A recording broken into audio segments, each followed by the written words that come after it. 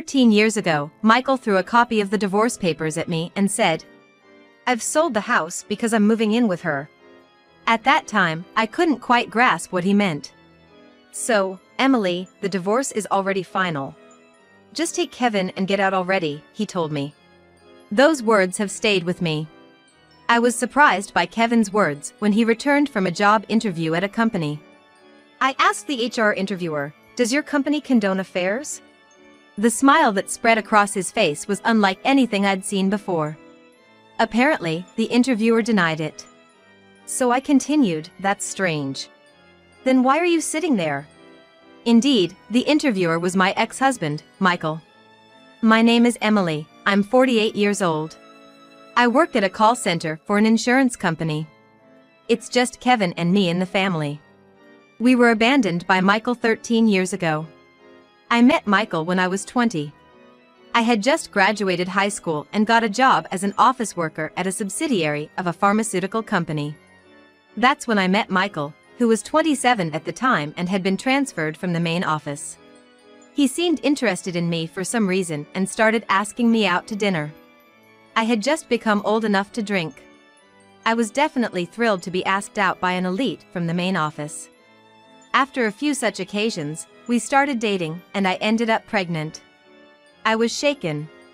I thought he would be angry and break up with me. But then, Michael proposed marriage. When we went to greet my parents, he even told my father, who was still alive at the time, "I'll make your daughter happy." Back then, marriages due to pregnancy weren't seen very positively, so we had a simple ceremony. Eventually, our son Kevin was born. Michael returned to working at the main office, and I followed him, becoming a full-time homemaker. From then on, I devoted myself to taking care of the home. When Kevin started elementary school, we bought a house with some help from Michael's family. I thought I was living a happy life. But I was turning a blind eye to the fact that Michael was coming home less and less as Kevin grew older. Having married at the young age of 20, I had no idea what a normal married life was like. I didn't even question not knowing Michael's colleagues or superiors. In retrospect, there were plenty of signs leading to our divorce. And then, on Kevin's 14th birthday, Michael left us with these words: "I've already filed for divorce and sold the house, so get out." I went from a happy 35-year-old homemaker to a single mother with a 14-year-old son overnight. When I returned to my parents' home without any notice, my brother and his wife were cold to me. By that time, my father had passed away, and the house belonged to my brother and his wife. My mother, who was around 60 at the time, was overshadowed by my strong-willed sister-in-law and my blunt nieces. Amidst all this, Kevin and I were told, "You can stay for a bit, but find a job and move out soon." Back then, I couldn't think of any job I could do immediately. A high school graduate office worker with no special skills. But still, I had to make it work somehow for me and my son, Kevin. I devoured job listings, searching for something that would pay enough to support my growing boy and me. I was lucky, though. Kevin was 14. They say it's a tough age, but he had enough sense. Much better than a mother with a baby to care for. I jumped into a call center job at an insurance company. My experience in office work helped with handling phone calls. At first, I was a contract employee, but after a few years, I managed to become a full-time employee. It was an unknown world at first, and I was exhausted both mentally and physically. But as I continued working, I realized something. How little I knew when I got divorced. I was a high school grad, and my family wasn't highly educated. That wasn't everything, but my ignorance was one reason why I ended up in financial trouble after the divorce. It was a divorce caused by infidelity. I should have demanded alimony and child support from my husband, Michael, but the thought never occurred to me. My mother and brother were the same. Well, if my brother had cared even a little, he might have suggested something, anything, from his acquaintances, but he didn't. It was only after I joined the insurance company and learned new things that I realized I had been treated unfairly. But by then, too much time had passed. That's why I wanted Kevin to go as far in his education as he wished. Knowledge and wisdom can save you. I didn't want him to end up like me. Now, 13 years later, my job, salary, and life are stable. Kevin got into a prestigious science university and even made it to the doctoral program. As a mother, it was surprising. And he even said he'd manage the tuition himself. How, in the midst of his busy studies, he found some non-repayable scholarships and secured them for himself. I just had to sign the parents section. For years in university, 5 in grad school. He excelled and even got scouted by various companies. Like the saying goes, a bulk hen lays white eggs. Kevin's future must be bright. But sometimes, I'm reminded of that day. The day Michael left me. It still swirls darkly in my mind. It was so sudden. Michael came home, faced me and Kevin, and tossed a crumpled piece of paper at us. It was a copy of the divorce papers. I didn't remember signing them. But my name was written on it in handwriting similar to mine. When I asked what he meant, Michael said, "I've sold the house because I'm moving in with her." I couldn't understand what he meant. The divorce was completely out of the blue for me. "So, Emily, the divorce is already final. Just take Kevin and leave." He threatened not to be lenient if we didn't leave within 3 days. I was 35 at the time, having been just a homemaker for 14 years. I didn't know what to do and headed to my parents' house. Michael's voice still rings in my ears. Maybe I should forget it. After all, Kevin and I are living a fairly settled life now. It's not lingering attachment. It's frustration at my past helplessness and resentment towards Michael. Now I know I could do something about it. Then one lazy weekend, when I decided to sleep in, my phone's ringtone echoed. The number on the screen wasn't registered, so I decided to ignore it and went back to bed. But the call kept coming, breaking and resuming. Eventually, I heard a voice from the voicemail. It was my ex-mother-in-law. Repeating, "Please let me speak to your son." I wondered what she meant, but I decided not to answer directly. Later in the evening, Kevin returned home in a suit.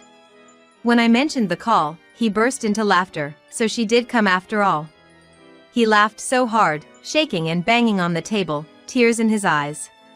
"Kevin, what have you done?"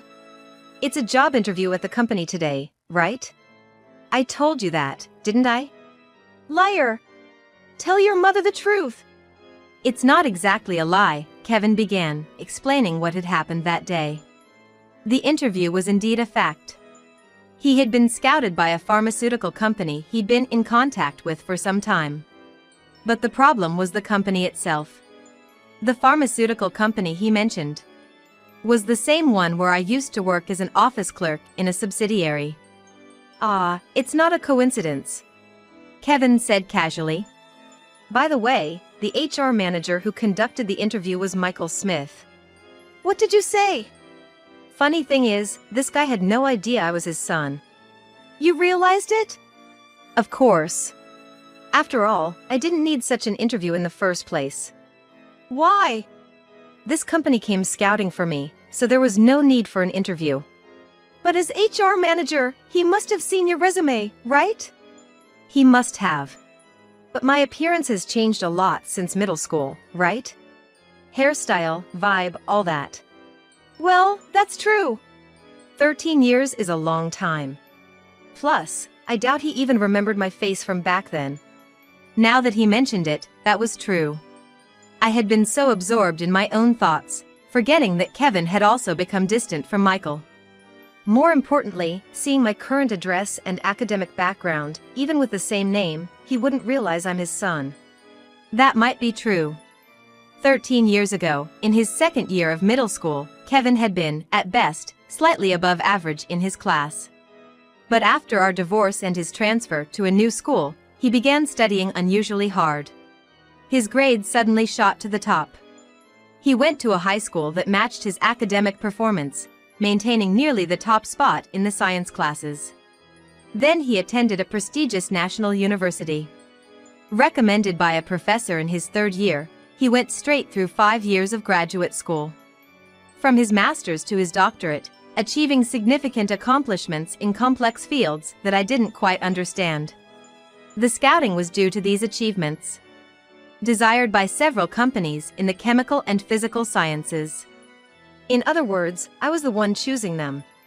Kevin said nonchalantly. That's why I asked for the interview.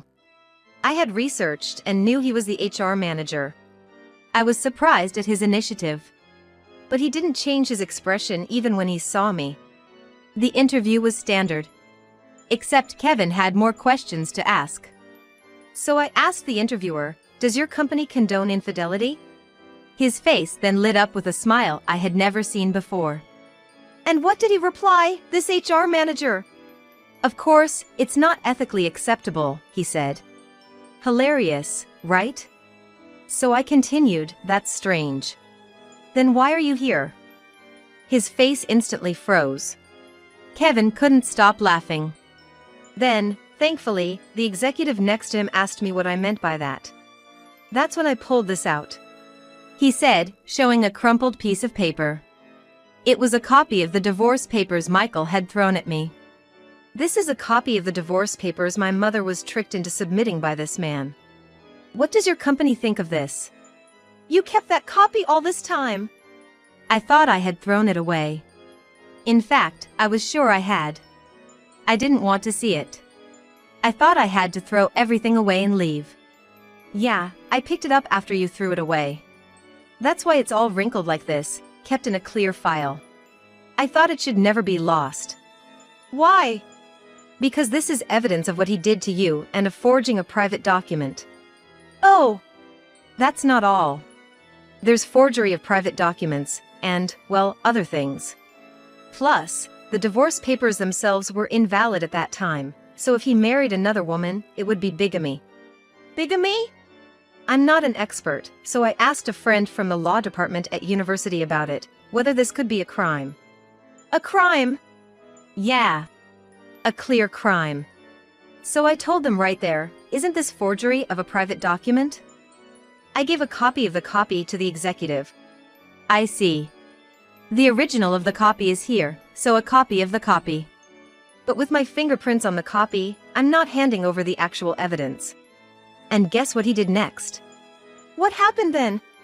Suddenly, he stood up and shouted, "You're treating your father like a criminal." And then, he kept insisting to the executive that what I was saying was a blatant lie, a misunderstanding. Huh?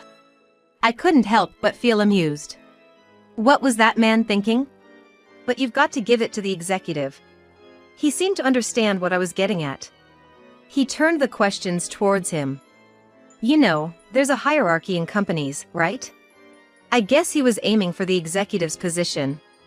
It seemed like the executive was assessing his character. First, he kicked him out of the room, then turned to me and said, "Did you ask for this interview not for a job, but for this?" Yeah, I did apologize. I'm truly grateful for the scouting from your company. It's a very attractive company. But I wondered, what if it's an unethical company that would just keep a person like him? Bold as brass. I couldn't believe he could say that so smoothly in an interview. The executive was really a great person. Whether or not I join, he thanked me for letting him know. He mentioned when Dad remarried after the divorce, he wondered why Dad chose a much younger woman. And he remembered you, Mom. Really? Yeah. You said our wedding was small scale, right? The executive was there as one of the few guests, as a supervisor back then. That's so. But he said that Dad had been telling everyone around him that he was the one cheated on, but he didn't ask for alimony and just divorced. However, the executive had his doubts about why Dad didn't take custody of me. He guessed it might be me from the photo and the name. What? At that time, you didn't have the knowledge to fight back, so we were thrown out. That's true. I'm so sorry. If it were now, I'd definitely fight with a lawyer, but back then, It's okay. I know you were a full-time homemaker before being suddenly thrown out and had to start working to raise me. Mom, I don't remember much about Dad. He was always gone, maybe working, maybe not. Yes, Michael was hardly ever home back then. Perhaps marrying me was a mistake for him in the first place. He rarely took me to his family's home. Only during holidays, and when we went, I was just made to help in the kitchen. And otherwise, we just missed each other with his work. He said he bought a house, but he decided it, and suddenly we were living there. I realized in elementary school that our family was different. So I acted out a bit back then. What? You did? Yeah, an early case of teenage rebellion. So right when I entered middle school, I sensed there was another woman. What are you saying?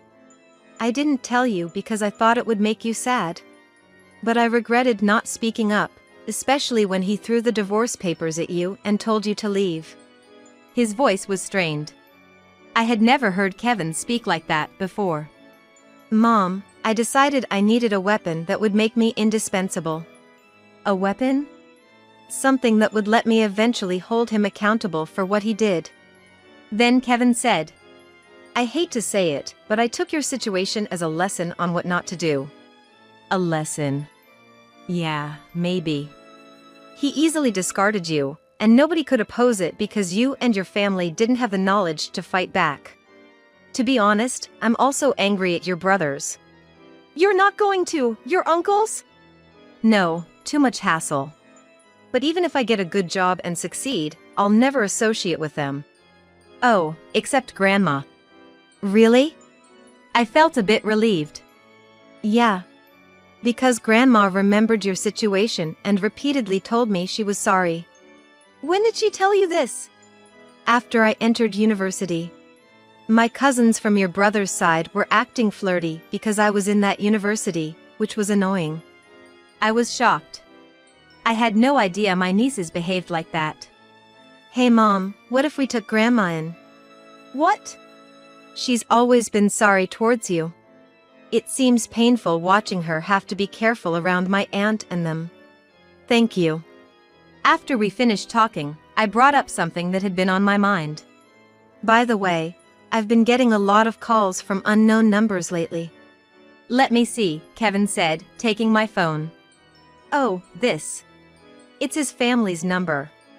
The executive told me. Kevin said dismissively. Then he called them and put it on speaker mode. Hello? Hello, is that Kevin? It was my ex-mother-in-law's voice on the other end. Kevin muttered under his breath about her calling him by his first name. Yes, I heard from your father. You went all the way to a doctoral program at that university, and you're getting company offers. To think that a young man born to that woman turned out so well. It must be thanks to our family's blood. Kevin muttered to himself again. Hey, would you like to be adopted into our family? You're gonna be busy and need money, right? Better than staying with that poor woman. Plus, you're old enough now, right? We can arrange a good marriage for you. How about it? Sounds good, right? Kevin, are you listening? I apologize for being such a woman. I spoke coldly into the phone. By the way, did you think I had cheated? Well, that's... Oh, I see. It's not true. In that case, Kevin says he won't hold back. Let me pass the phone to him. Long time no see. I was surprised to hear from the company executive that my mom was accused of cheating. So, you were part of it too? No, we were deceived by Michael. You're calling my mom that woman, but you realize you were complicit in a crime, right? What? Unfortunately, the statute of limitations has passed, but your son committed bigamy by forging divorce papers and remarrying. It's embarrassing that I'm related to such a person. Of course, I want nothing to do with his parents. Oh, and a lawyer will be contacting your son soon from me and my mom. You don't want the inheritance? When I die, it'll all go to you. Kevin snorted. I don't need that. You should worry about the alimony payments instead. He ended the call. Did I go too far? I shook my head vigorously. And laughter bubbled up from within. That's the spirit. If you're going this far, I need to step up too. Kevin patted my back with encouragement. After that, I got a lawyer through Kevin's friend and started working on an alimony claim. The usual statute of limitations for alimony claims due to infidelity is 3 years. But I learned here about something called an exclusion period. It's valid for 20 years from the act of infidelity. I found out about Michael's cheating 13 years ago, but never investigated who he remarried or the details. I couldn't bear to think about it and didn't have the capacity. But I looked into it again. Included in the alimony claim were the facts of him forging the divorce papers and then submitting a marriage registration, constituting forgery and bigamy. Although we couldn't pursue criminal charges due to the statute of limitations, it served as a weapon for the alimony claim. I claimed alimony from Michael and his current wife and 4 years of child support for Kevin. After that, my phone started ringing non-stop again. Bigamy? What have you told him? You're ruining me. You want to destroy my wife and kids too? I let you live comfortably for 14 years. Don't think this will end here. So I replied just once. Why not sell your house then? And then I changed my phone number. As a result of our double attack, Michael paid the alimony, was demoted from HR manager, and transferred to a far-off factory as an assistant manager. I heard this from the executive I met again. Apparently, his new position is akin to a nominal busybody, unable to defy the factory manager. Indeed, even with the statute of limitations, now that several of his crimes have come to light, his reputation has hit rock bottom. He was on the elite track in the company, but now it's over. The pharmaceutical company's factory is located far from the capital region. Michael had to sell his apartment and turn it into alimony for me as part of his transfer.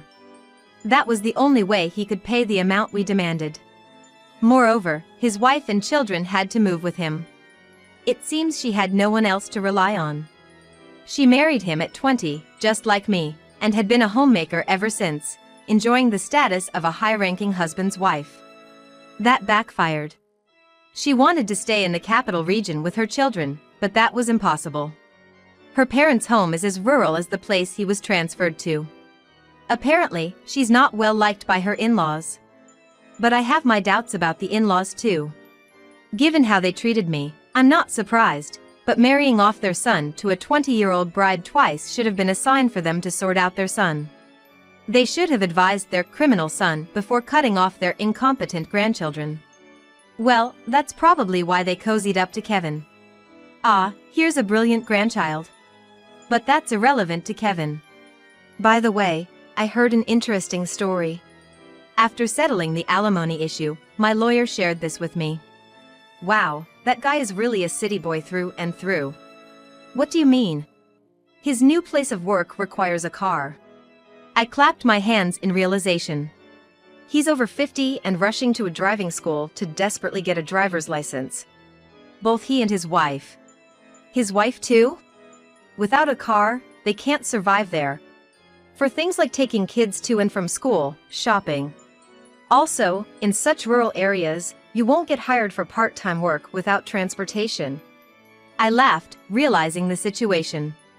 I have a driver's license. My mother insisted I get it, even lending me money for it. That was the right decision. Just hearing about them is hilarious. A proud former elite over 50, chased by mundane tasks, learning the hard reality of getting a license from strict driving instructors. And the following spring, Kevin entered a training institute of another company, finally able to focus solely on his research, enjoying every day. Revenge is over. Now it's time for fun, for my youth. Well, an early marriage isn't always good, right? My mother, who now lives with us, often muses. Exactly. Kevin, who never had time for a girlfriend, now has the chance to find someone right for him. With Kevin's employment, we moved to a slightly bigger place, roughly midway between our workplaces. For a while, the three of us want to peacefully enjoy these long-awaited days.